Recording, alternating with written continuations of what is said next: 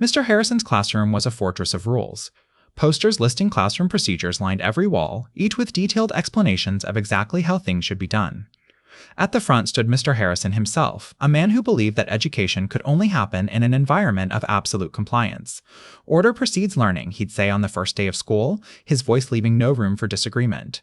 I was just trying to get through his history class without drawing his attention, but that was becoming increasingly difficult with his endless nitpicking of minor infractions.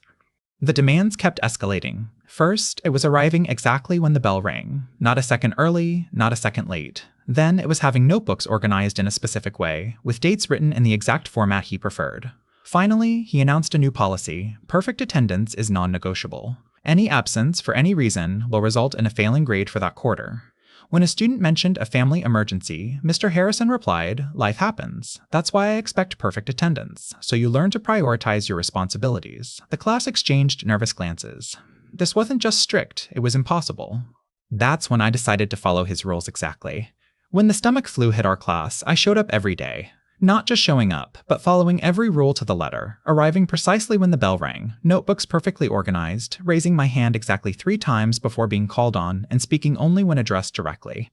I kept a detailed log of his classroom procedures, creating a spreadsheet of his expectations. When he assigned a research paper, I handed in exactly 3 pages. No more, no less, because that was the minimum requirement he'd specified.